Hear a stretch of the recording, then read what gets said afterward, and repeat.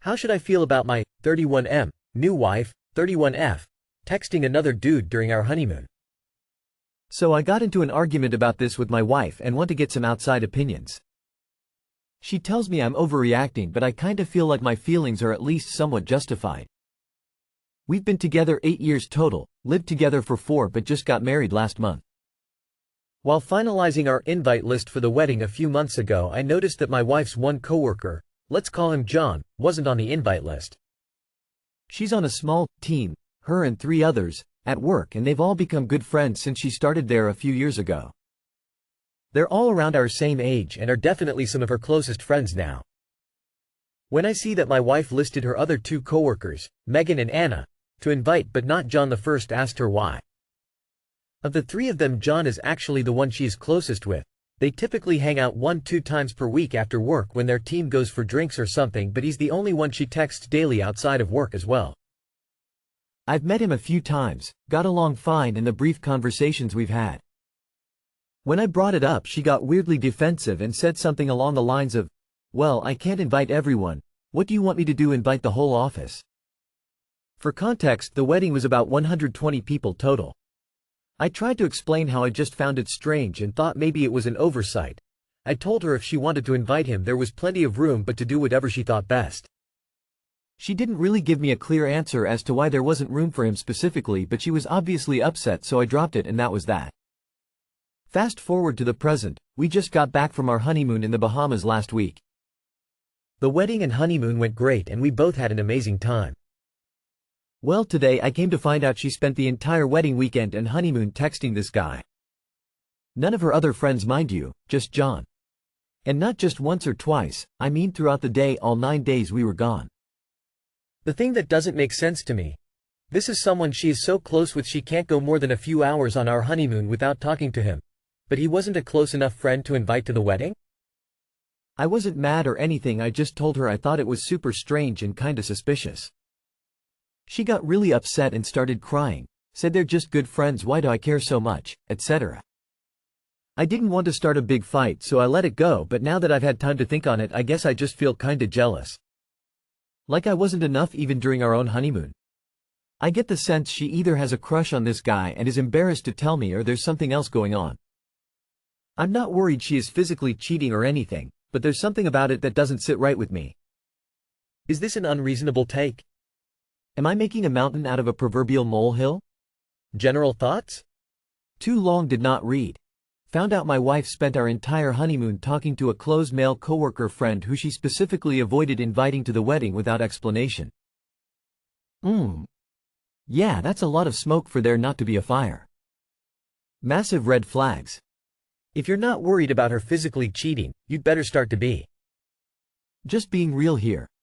Sometimes you think you know someone until they devastate you.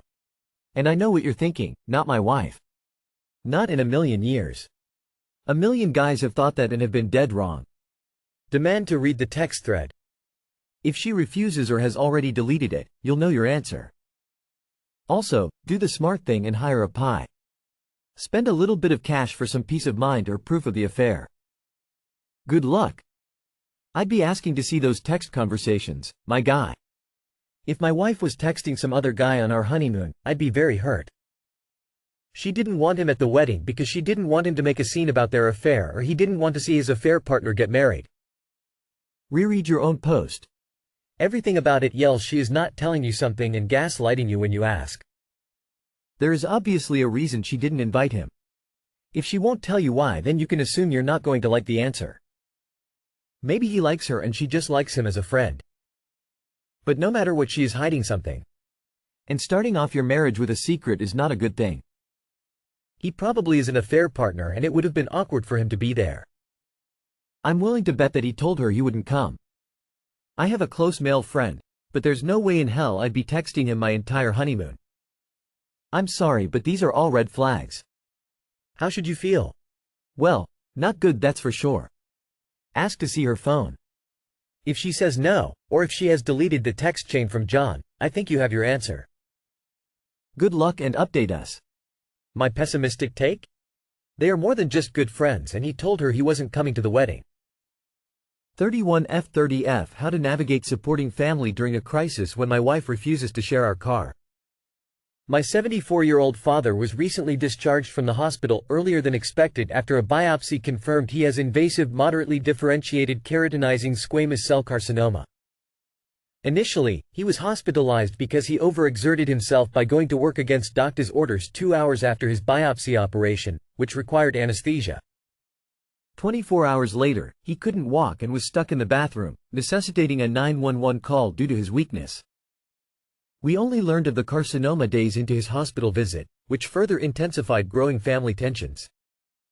Despite being frail, he demanded to be released early and even insisted on going to work tonight. As much as I respect his determination, he refuses to admit his limitations. I live in the Philly area and had to drive up to Scranton due to my father being released early and the family reaching a boiling point. It was like trying to put a lid on a pot of boiling water. I needed to support my family and help soothe tensions arising from my father's inability to accept his aging body and my mom's refusal to see it. However, my wife Sally refused to let me use our one shared car to drive back and help my parents during this family emergency. She insisted she needed the vehicle for her babysitting gigs and that I was not hearing her out. Despite my offer to pay for her Ubers and a weekly local rental car, she insisted on keeping our car. This forced me to spend hundreds more and waste time lifting to a rental car from the airport instead of a cheaper option within walking distance of our home the next morning for her. Feeling exasperated, I said I would handle everything on my own and get a lift to the airport. She then claimed I'm being unempathetic to her needs and unreasonable. My parents and brother and I have a family meeting tomorrow to discuss his future cancer treatments and the will for the family business. I don't expect it to go well, and I really feel like I could have used a break, but my wife couldn't see where I'm at. It feels like. Given the context of my father's health crisis and the urgency of the situation, how can I better navigate this dispute with my wife while also ensuring I can support my family during this difficult time? Any advice would be greatly appreciated. I'm so sorry you are feeling so much pain from all sides. Unfortunately, people can be quite irrational around death and dying, and grief is such a difficult and individual journey. Best wishes. I had to look at the ages again. Your wife, nope. Focus on family, and when things settle, get yourself a vehicle. Makes more sense for you to rent a car for you to use for travel. Her Ubering each time to babysit is ridiculous. You talk about you wasting money, but you seem to ignore she would have spent money renting and Ubering. Are you mad because it was out of your own pocket? I mean, money is being spent, does it matter who spent it? I'm really confused. Could she not have dropped you off at a rental car place? From what you're saying, it sounds like she is very unsupportive. But that I was not hearing her out. Sounds like there is a lot more to your story. Just be with your family is most important. Has your partner ever lost a close family member? You should only focus on one thing. She sounds like a petulant child. Go be with your family and kick her to the curb. My 37 female fiancé, 38 male, takes forever to do things around the house. How to ask without nagging? I am about to turn 37, my fiancé is 38. I work part-time 24 hours a week and he averages about 60 hours. Due to this, we have agreed I will do yard work, housework, cooking, shopping. The problem is, I still struggle with some tasks and need help or him to do it. I recently had to ask my neighbor to help me install a new fill valve in the toilet and I struggled so much, she basically did the whole thing for me, so I sent her some money. I had asked him to do it weeks ago, but he never did, and then he told me it was my job to do things like that. It took him 8 months to purchase and install a replacement window AC unit. Just another example, to give background. I need to ask him about trimming back a large bush in the yard. That is starting to touch the house, but I asked him yesterday if I could ask him to do something that doesn't need to be done right away, and he said no. He was feeling very tired and sick, so I understand that. Bush is too tall for me to reach without a ladder, and I'm not sure how safe that is. My question is, how can I ask him to do things in a timely manner, without coming across as nagging? Or is all of this just my responsibility and I need to figure it out? TLDR. Fiancé doesn't help around house, or takes forever to do things. How to ask nicely? Just pay someone to do the tasks you can't do. Person shrugging, light skin tone, female sign. If he doesn't like that, he can get on with it. Except that he isn't going to do this stuff. If you want to continue the relationship knowing he won't do this stuff, then get used to hiring someone. Hang on, does that mean you're responsible for 100% of household tasks? Because that doesn't seem fair. He should still be doing 20-30 of housework at least. I think you should look into fair play method to divide the chores. And also institute a weekly meeting where you discuss what tasks are coming up that need dealing with and how it's going to get done.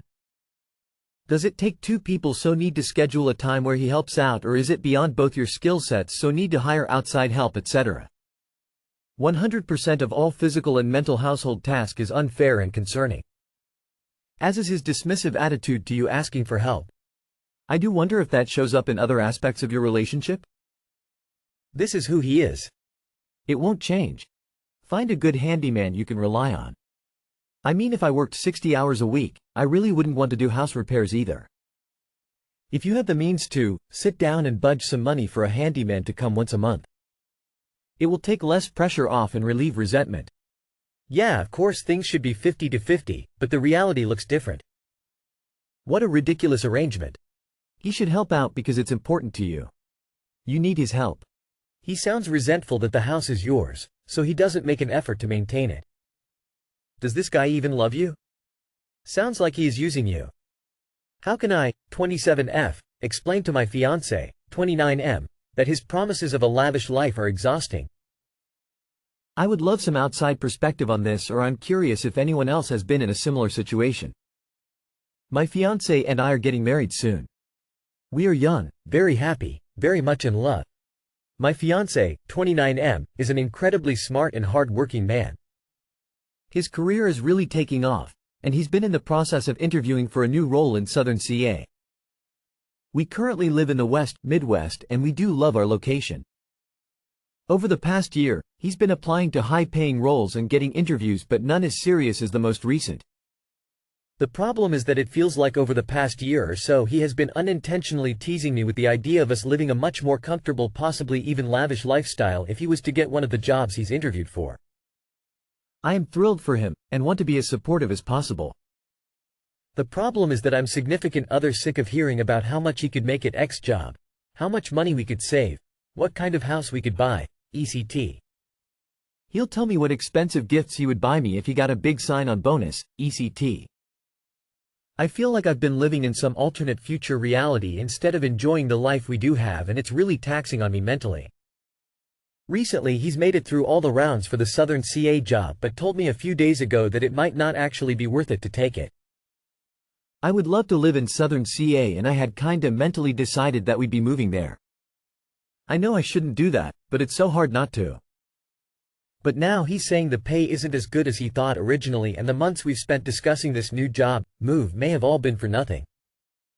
I'm not sure I can spend my entire life constantly hearing about how much money my husband might be able to make. It's driving me crazy. I just want to feel content with the life we have, but I am human and money is money in this world. I find myself getting attached to his potential jobs, new salary, only to feel so drained when it doesn't work out. Of course I want to support him and be there for everything.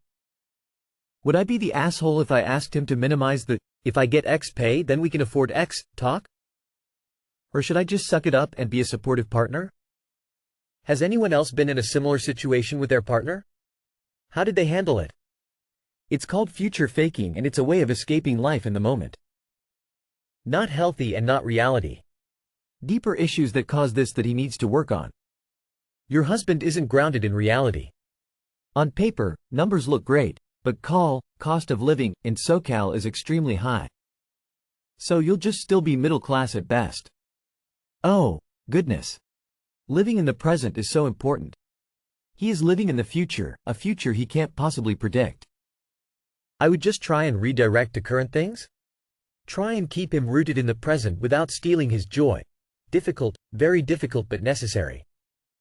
Try having a small goal and get to that first, next a little bigger, and so forth. Maybe he will appreciate meeting a goal and moving on to the next. Your fiancé might land a job with high pay, but you both will be in shock at just how expensive it is to live in California.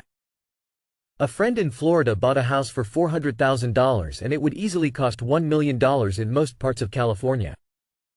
Everything is more expensive here. Food, gasoline, rent, homes. Start looking at apartments to rent and home prices to get an idea of the price difference between the Midwest and California. It's shocking. Would I be the asshole if I asked him to minimize the "if I get X pay, then we can afford X" talk? No, you wouldn't. But you do need to appreciate the time, energy and effort he is putting into exploring these potential opportunities. He's probably telling you about them so much so that A, you don't complain about him investing time into these things, and B, if he does find a great opportunity, he knows in advance you are on board. If you want to avoid that process, talk about it with him and assure him of the above without the need to discuss it with you, but only do that if you really are happy with him proceeding with these things solo. Just tell him that you cannot do this anymore. If necessary, share your post with him. He needs to understand that his dream of the future are getting in the way of enjoying the life that you have, and causing resentment towards him when the job does not happen.